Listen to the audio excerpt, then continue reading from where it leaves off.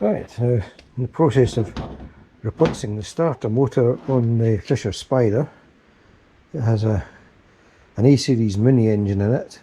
The starter motor that was on it was making horrible grinding noises and throwing sparks. It's a pre-engaged type, but then I checked the number of teeth on the pinion. It's got a 9-tooth pinion gear on it, which is meant to go with inertia type starter on a mini. So I got wondering whether I've got an odd flywheel fitted to the car. It may have a welded on ring gear like this one. This is a lightened mini flywheel, and it's got the pre-engaged, no sorry, it's got the inertia type ring gear welded on.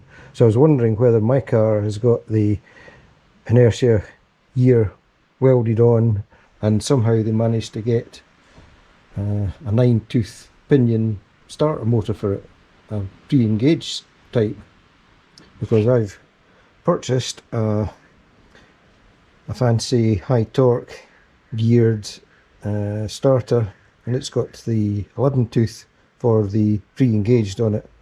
So what I had to do was go and check the flywheel on the Spyder.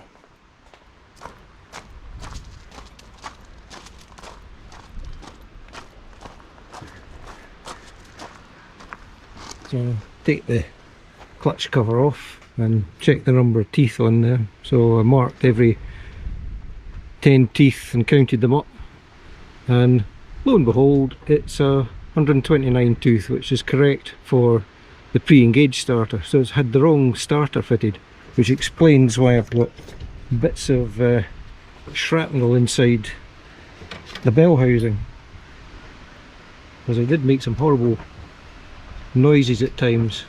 I mean, I did turn the car over, but obviously the gears weren't meshing perfectly.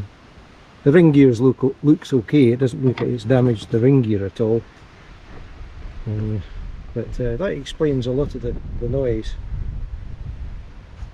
So I now need to go and do a slight modification to the new starter motor, because we use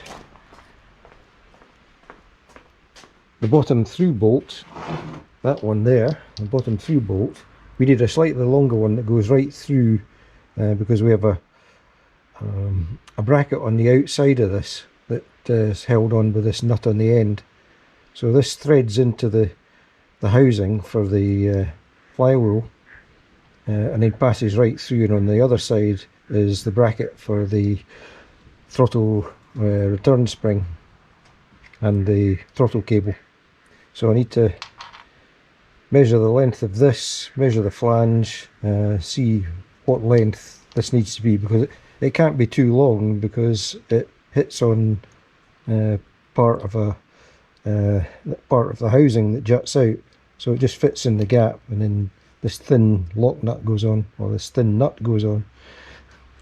So I need to measure the overall thickness of this flange here and see how much projection we're getting, and then measure it with that and see if it's the same, or whether I have to shorten the nut any. But that solves one mystery. It had the wrong starter.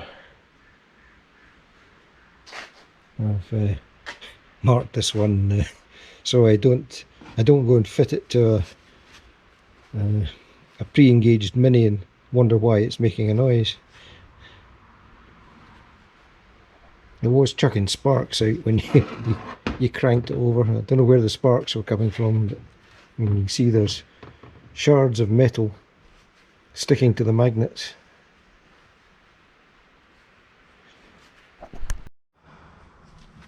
That's both sides suspension on, uprights, spring shock absorbers, drive shafts, chain drive diff, and I've started to fit the anti-roll bar. I've still the links to do, the drop links both sides. I've set it roughly roughly parallel toe in, as in straight ahead. Not necessarily parallel to the chassis yet, but just as a rough starting point for suspension setup. Slowly progressing. Need to do the steering next on this. Get the rack on the front, tie rods, and the steering shaft